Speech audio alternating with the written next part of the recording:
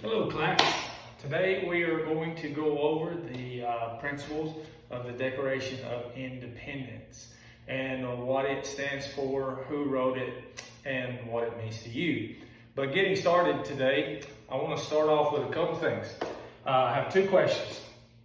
All right, I want to know who wrote the Declaration of Independence and why they wrote the Declaration of Independence. So that's two different questions. The first part is who wrote the Declaration of Independence, and for that, whoever can give me the right answer, I have a candy bar with your name on it. And the second is why they wrote that Declaration of Independence. And the lucky winner of that one will get to sit in my desk all day or all class. Okay, so who wants to give it a shot? Okay, good job. So the Declaration of Independence was written by a few different men. All right, so who wrote it? Thomas Jefferson, Benjamin Franklin, John Adams, Roger Sherman, and Robert R. Livingston. Most people are notable. Thomas Jefferson, he's the one that kind of penned it, but all these guys were a big part of it, of writing the Declaration of Independence.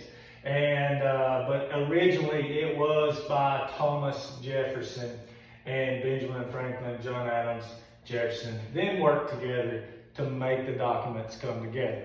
Okay, all right, so second part of the question is, why did they write it? All right, good job.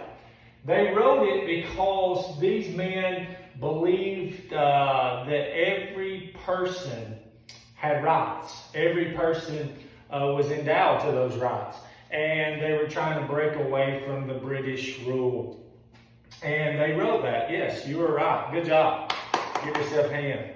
So these men had a lot of thoughts and a lot of ideas of what was right. And it covers a lot of different areas. You can read the Declaration of Independence from the beginning to the end, and you find a lot of good things in there. And but the main was the rights of the people, the power of the people. They believed that government shouldn't overpower the people, that the people should be the ones that rule or control or give in.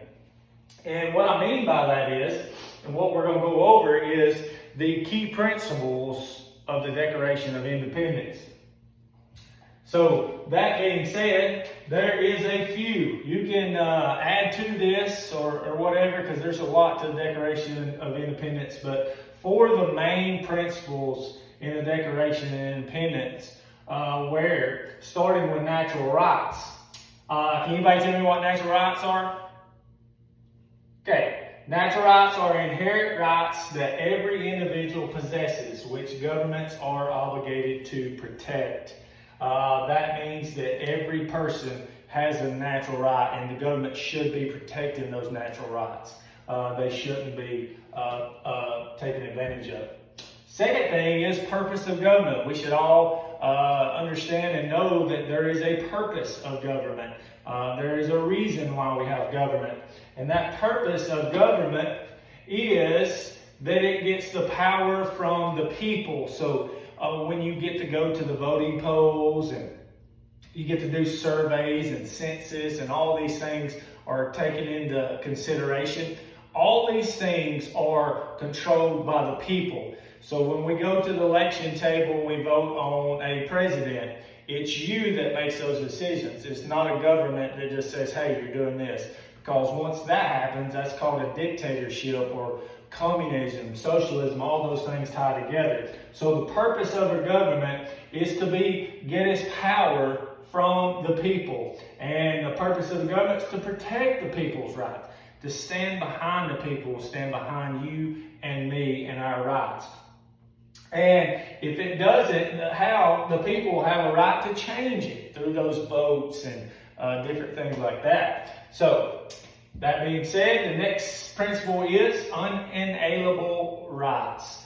Several people throughout history have talked about this, said this. I'm sure each one of you's read a quote in your history book or a book or something about unalienable rights. The name of it just kind of sounds crazy. Unalienable sounds like something from outer space, right? No, it's not. It's not. What it means is it claims that individuals are endowed by their Creator with certain unalienable rights. And Jefferson and all this covers this in Declaration of Independence. And you can go back to John Locke. The Declaration of Independence says that we have life, liberty, and the pursuit of happiness.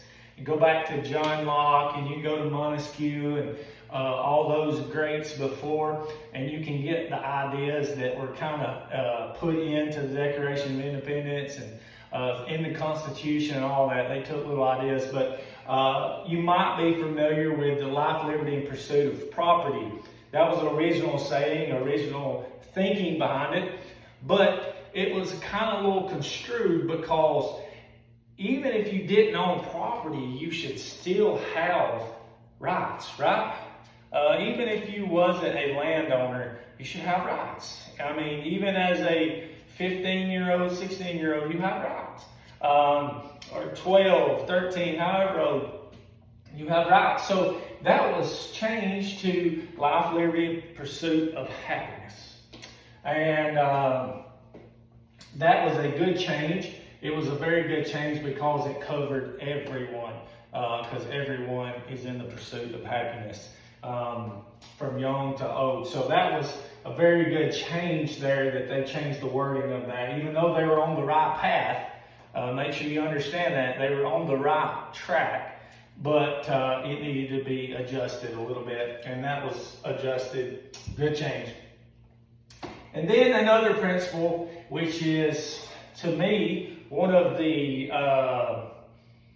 most powerful, because when you look throughout history, you see Columbus, and you see John Smith, and you see the Queen of England, and all of these powerful people, and you see that when you compare them to other people, you don't see them as equal. But in the Declaration of Independence, it breaks it down that all men are created or born equal. And standing out for what that means is everyone is born with natural rights.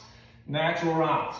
All men are born equal. Government gets its power from the people. The purpose of the government is the people and their rights. And all men are created equal. And all people should be and have to be treated the same. So no matter how much money you got, no matter how much money you don't have, no matter how big your house is, how small your house is, whether you have a vehicle, whether you don't have a vehicle, none of those things should matter, because every person should be created equal.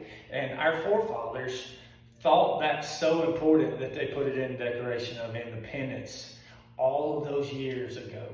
And we'll cover the date here in a second, but over 200 years ago, approaching 250. How cool is that to know that way back then they were thinking about your rights and about how that you should be equal to the person sitting next to you or the person down the street. So thankfully they put that in there. And so these are 4 principles. I want you to remember this, and you can key this down in your notes. Natural rights, purposes of government, unalienable rights, all men are born equal. Why does Mr. Hill tell you that you want to jot these down in your notes? Because you're probably going to see them on your chapter test.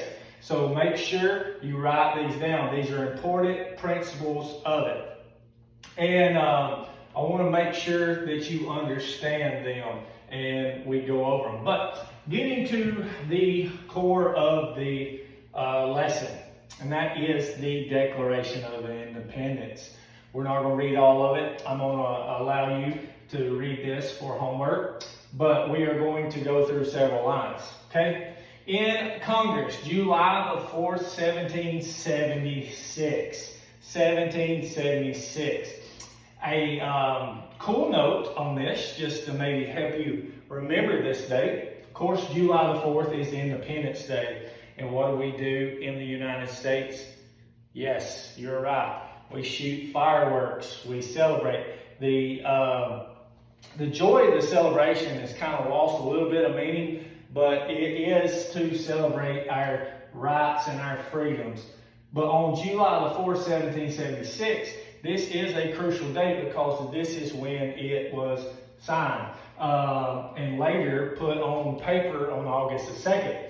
But what a lot of people don't know is that these men that we discussed, Jefferson, Franklin, Adams, Roger Sherman, Robert R. Livingston, over a couple days period, they didn't get a whole lot of rest. They didn't get a rest. So on July the 3rd and the 4th, these men were working hard to make revisions, rewrite stuff, correct stuff, make sure everything was aligned correctly and it was written in the right manner and that it would be for the people and there was no wording in there that would be against the people. So, cool fact, so you can put this down in your memory, is it is July the 4th, 1776, but it wasn't in the morning, it wasn't in lunchtime, it was in late afternoon. So think about shooting fireworks. We shoot fireworks when? Dark, right? So sometime close to dark, when we shoot fireworks, the Declaration of Independence was finalized. So think about that. These men spent 2 days. What a cool factor. But starting in the first line, it says, the unanimous declaration of the 13 United States of America. When in the course of human events, it becomes necessary for one people to dissolve the political bands which have connected them with another, and to assume among the powers of the earth and the separate and equal station to which the laws of nature and the nature's gods entitle them. A decent respect to the opinions of mankind requires that they should declare the causes which impel them to the separation. All right, here we go. You ready? We hold these truths to be self-evident that all men are created equal, that they are endowed by their Creator with certain unalienable rights, that among these are life, liberty, and the pursuit of happiness. I'm going to stop right there. So remember those principles we talked about, the 4 principles? Natural rights, purpose of government, unalienable rights, all men are born equal. Did we see that in the first part of the Declaration of Independence? Yes, we did. We hold these truths to be self-evident, that all men are created equal, right? That they are endowed by their Creator with certain unalienable rights, that among these are life, liberty, and the pursuit of happiness. And then it goes on to say that to secure these rights, governments are instituted among men, deriving their just powers from the consent of the governed. That whenever any form of government becomes destructive of these ends, it is the right of the people to alter or to abolish it and to institute new government, laying its foundation on such principles and organizing its powers in such form as to them shall seem most likely to effect their safety and happiness. So we find there where that description, they did a very long sentence and covered a lot in that one sentence.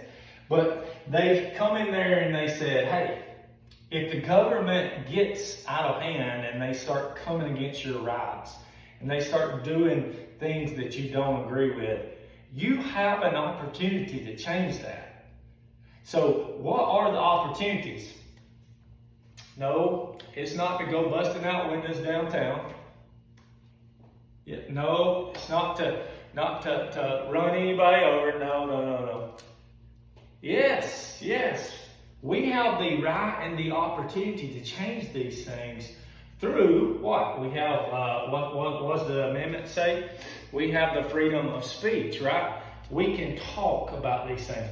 But always remember, freedom of speech in some ways has consequences, right? We can't just always just say what we want to say, right? So if you say something that you're not supposed to say in this classroom, there's consequences, right? Yes. But we do have freedom of speech to express ourselves, and we have the opportunity to vote. We have the opportunity to vote. We have elections every 2 years, presidential election every 4 years, things, but we can vote on House, Senate, and all that. Because what happens? We have 3 parts of government, right? And going on, that'll be future in the lessons, but we have the what? Legislative, executive, and judicial. And they all tie back to the Declaration of Independence because of the fact that this was set up this way so that not one branch would have all the power, right? Because that would be a dictatorship. They all have equal power so that they can keep each other in check and balance, right? Check, everybody do that. Check and balance. It's a thing that was allowed, and through the Declaration and the wording of the Declaration, that's where we get this. When the government gets out of hand or starts doing things we do not like, we have an opportunity to change that through our voice and our votes. We should do it the right way, and I promise you will be heard. So just going back to do a little review. I have copies of the Declaration of Independence. You can also access those on your Chromebooks. And I have uploaded through Google Classroom some links where you can go to those. And I also have some copies of the writers, okay? So who wrote the Declaration of Independence? I'll give you a little. Yes, Thomas Jefferson, Benjamin Franklin, John Adams, Roger Sherman, and Robert R. Livingston. Yes, you are correct. You are correct.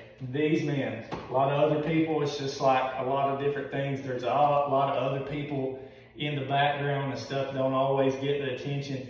I could imagine just picturing it, that these guys was in a room and it was hot in July, so all the windows was raised and they had their candles and things like that.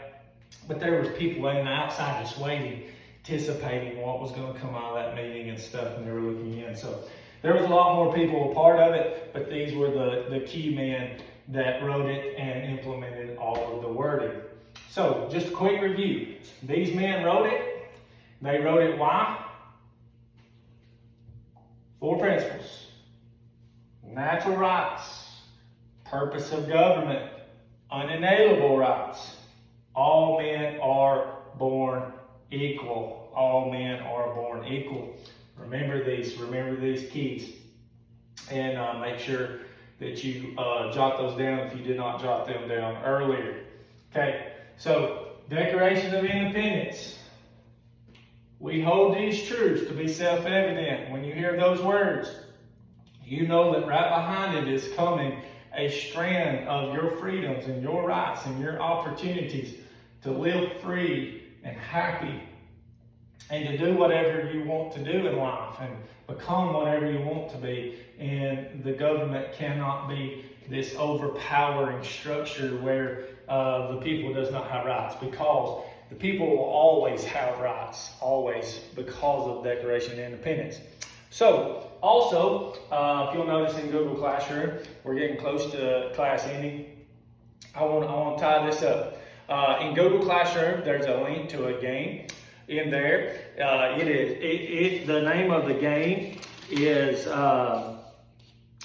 Cana Academy.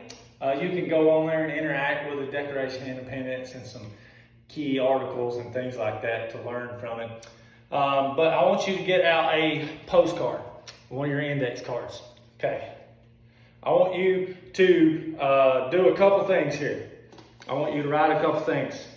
I want you to write on that index card on there. Everybody got it? All right.